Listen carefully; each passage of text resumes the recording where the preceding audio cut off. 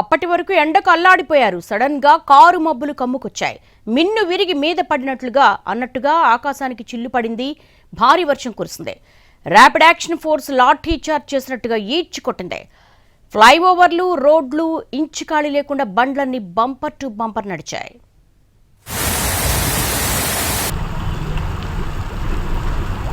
హైదరాబాద్ సహా ఉత్తర తెలంగాణలో పలు జిల్లాల్లో మోస్తరు నుంచి భారీ వర్షం పడింది. నిజామాబాద్, సిద్దిపేట, మేడ్చల్, మల్కాజ్గిరి జిల్లాల్లో భీకరంగా వాన పడింది.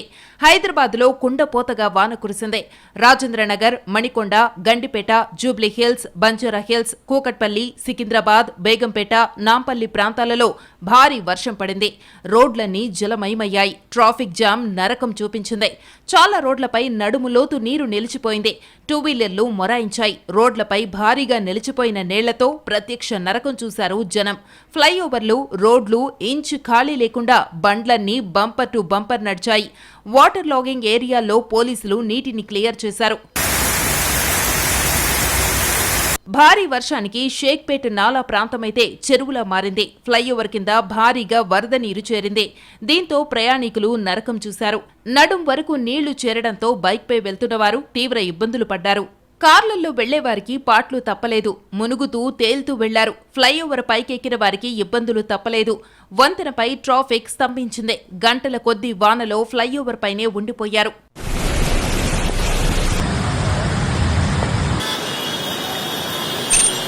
నిజామాబాద్లో కుండపోతగా వర్షం కురిసింది. గంటన్నర పాటు ఏకధాటిగా కురిసిన వర్షానికి ప్రధాన రోడ్లన్నీ జలమయమయ్యాయి. కుండపోతగా కురిసిన వర్షానికి రైల్వే కమాన్ కొత్త వంతెన కింద భారీగా వరద నీరు చేరింది. అదే సమయంలో ఆర్మూరు నుంచి వచ్చిన ఆర్టీసీ బస్సు వరద నీటిలో చిక్కుకుంది. ప్రయాణికులు హాహాకారాలు చేయడంతో పోలీసులు స్థానిక యువకుల సాయంతో ప్రయాణికులను సురక్షిత ప్రాంతానికి తరలించారు.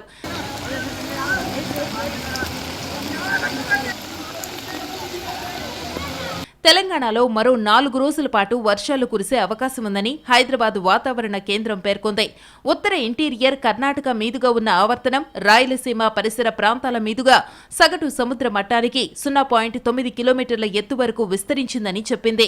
రేపటి నుంచి మరో 3 రోజులు అంటే ఈ నెల 23వ తేదీ వరకు తెలంగాణ వ్యాప్తంగా వర్షాలు పడతాయని హెచ్చరించింది. వచ్చే 24 గంటల్లో పలు ప్రాంతాలలో ఉరుములు, మెరుపులు, ఈదురు గాలులతో కూడిన వానలు పడతాయని వెల్లడించింది.